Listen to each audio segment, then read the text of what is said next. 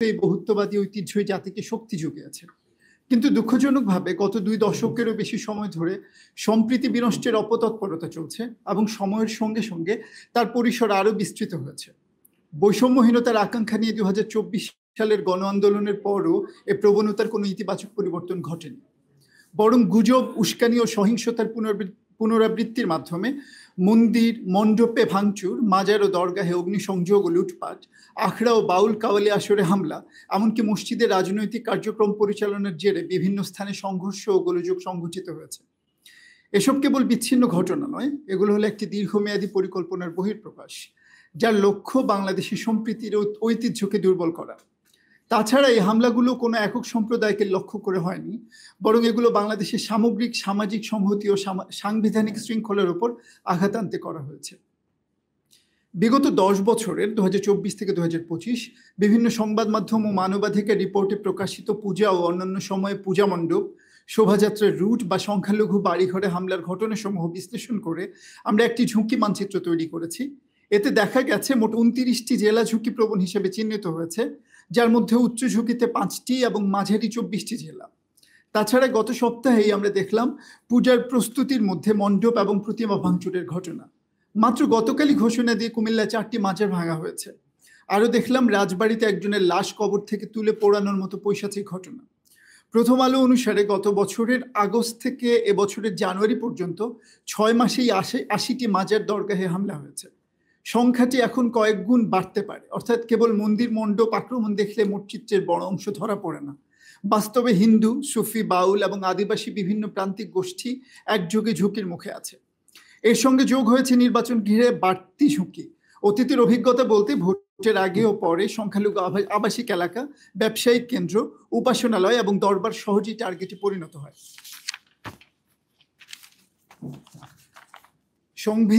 সংবিধানের 41 অনুচ্ছেদে প্রতিটি নাগরিকের ধর্মীয় স্বাধীনতার অধিকার এবং 23 ক অনুচ্ছেদে প্রত্যেক সম্প্রদায়ের সংস্কৃতি রক্ষার অধিকার স্বীকৃত হয়েছে। অতএব এ ধরনের আক্রমণ প্রতিরোধ করা ও ধর্মীয়, জাতিগত, ভাষিক ও সাংস্কৃতিকগত প্রান্তিক জনগোষ্ঠীর সুরক্ষা নিশ্চিত করা রাষ্ট্রের মৌলিক দায়িত্ব। আমরা বিশ্বাস করি, যদি আগাম প্রস্তুতি, কার্যকর আইন প্রয়োগ, জবাবদিহিমূলক প্রশাসনিক ব্যবস্থা এবং স্থানীয় সমাজের অংশগ্রহণ একত্রিত করা যায়, তবে মন্দির, মাজার, আখড়া এবং প্রান্তিক জনগোষ্ঠীর সাংস্কৃতিক নিরাপত্তা নিশ্চিত করা সম্ভব। এই বাস্তবতা সামনে রেখে আজকের সংবাদ সম্মেলন থেকে আমরা সরকার এবং দেশবাসীর কাছে আমাদের দাবিগুলো তুলে ধরছি। একই সঙ্গে আমরা আপনাদের অবগতির জন্য জানাচ্ছি যে আমরা সম্প্রীতি যাত্রা নামে একটি কর্মসূচি সূচনা করছি, যেন সারা দেশের সম্প্রীতির বার্তা ছড়িয়ে দেওয়া যায়। সাম্প্রদায়িক উস্কানি ও বিভ্রান্তি রুখে দিতে আমরা যুক্ত করেছি ফ্যাক্ট চেকিং টিম।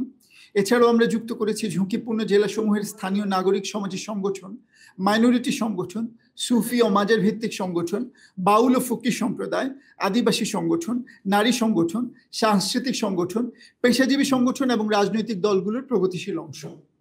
প্রস্তাবিত পদক্ষেপ: আমরা আজকের সম্মেলনের মাধ্যমে একটি কর্মসূচি ঘোষণা করছি, যার লক্ষ্য মসজিদ, মন্দির, মাজার, আখড়া ও প্রান্তিক জনগোষ্ঠীর নিরাপত্তা ও সাংস্কৃতিক অধিকার কার্যকরভাবে রক্ষা করা।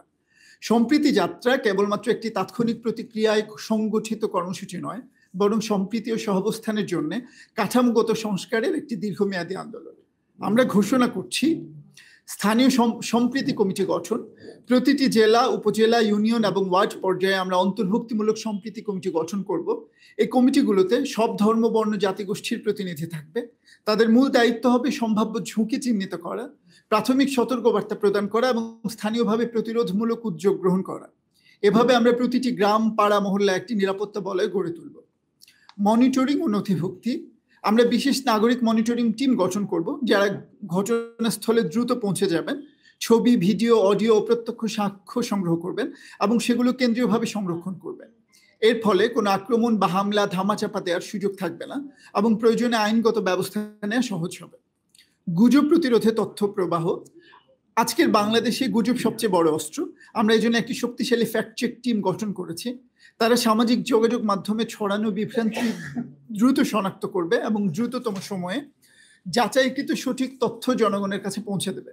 এর মাধ্যমে আতঙ্ক ও বিভাজন রোধ করা সম্ভব হবে। দ্রুত সহায়তা কাঠামো: হামলায় ক্ষতিগ্রস্ত পরিবার, ব্যবসা ও ধর্মীয় প্রতিষ্ঠানগুলোর জন্য জরুরি সহায়তা পৌঁছে দেওয়ার ব্যবস্থা করা হবে।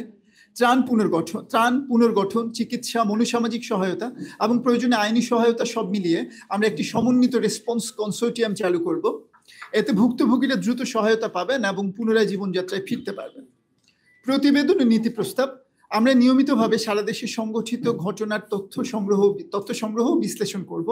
এর ভিত্তিতে ঝুঁকি মানচিত্র সহ ত্রৈমাসিক ও বার্ষিক প্রতিবেদন প্রকাশ করা হবে এবং সরকারের সংশ্লিষ্ট দপ্তরের কাছে নীতি প্রস্তাব জমা দেওয়া হবে।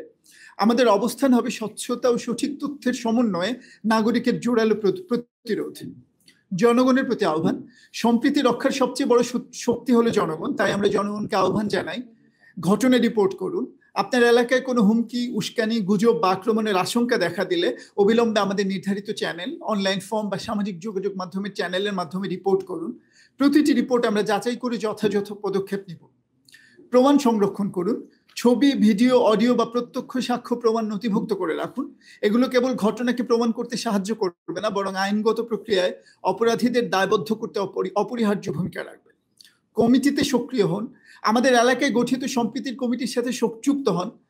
ধর্মীয় বা সাংস্কৃতিক স্থাপনাগুলোর নিরাপত্তায় স্বেচ্ছাসেবক হিসেবে কাজ করুন।